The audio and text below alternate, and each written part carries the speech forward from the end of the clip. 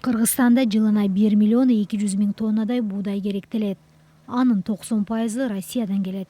Украинадагы согуштан улам Россия сыртка буудай чыгарууну чектеп жатканы кабаттыр кылууда. 450 миң тонна квота сурап атабыз.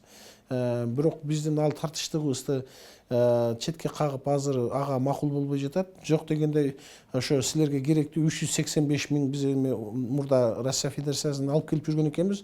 Ошол өлчөмдө берели дегендей сүйлөшүүлөр жүрүп атат. Эгер ошону берип калса, биз мына 2022 жылдагы эч кандай кооптонуу болбостон чыгып кетебиз. Учурда Кыргызстанда 5 айга чейин жетиштүү буудай запасы бар экени такталды. Андыктан кыргыз өкмөтү ун тартыш болот деп дүрбөлөңгө түшпөөгө чакырып жатат. Жеке менчик ири тегирмендерде дагы буудай бар.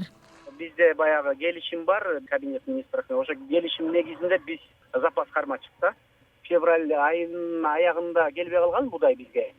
Ошондон бери биз мына 2 ай болуп баратат, биз өзүбүздүн запастар менен кармап турабыз да азыр. Кыргызстанда ушул тапта биринчи сорт ондон бир мүшөгү 1650 сомдун тегерегинде. Бул коңшу Казакстан, Өзбекстан жана Тажикстандагы баалардан кыйла арзан.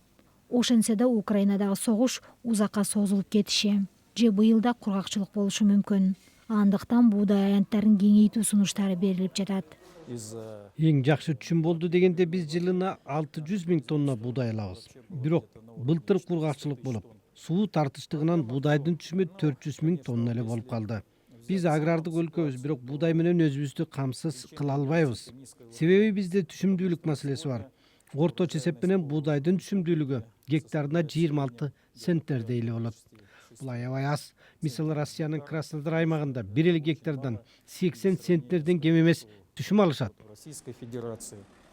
Кыргызстан Евразиялык экономикалык биримдикке киргени өлкөдө буудай аянттары 120 миң гектарга кыскарган. Себеби сырттан ташылып келген буудайга кошумча нарк салыгы жоюлуп, ата мекендик өндүрүүчүлөр атаандаштыкка туруштук бере албай калган эле. Дыйкандар буудай айдабай, тегирмендердин жарымы токтоп калган. Пандемия убагындагы каатчылыктан улам кыргыз өкмөтү буудай аянттарын кайрадан кеңейте баштаган болчу.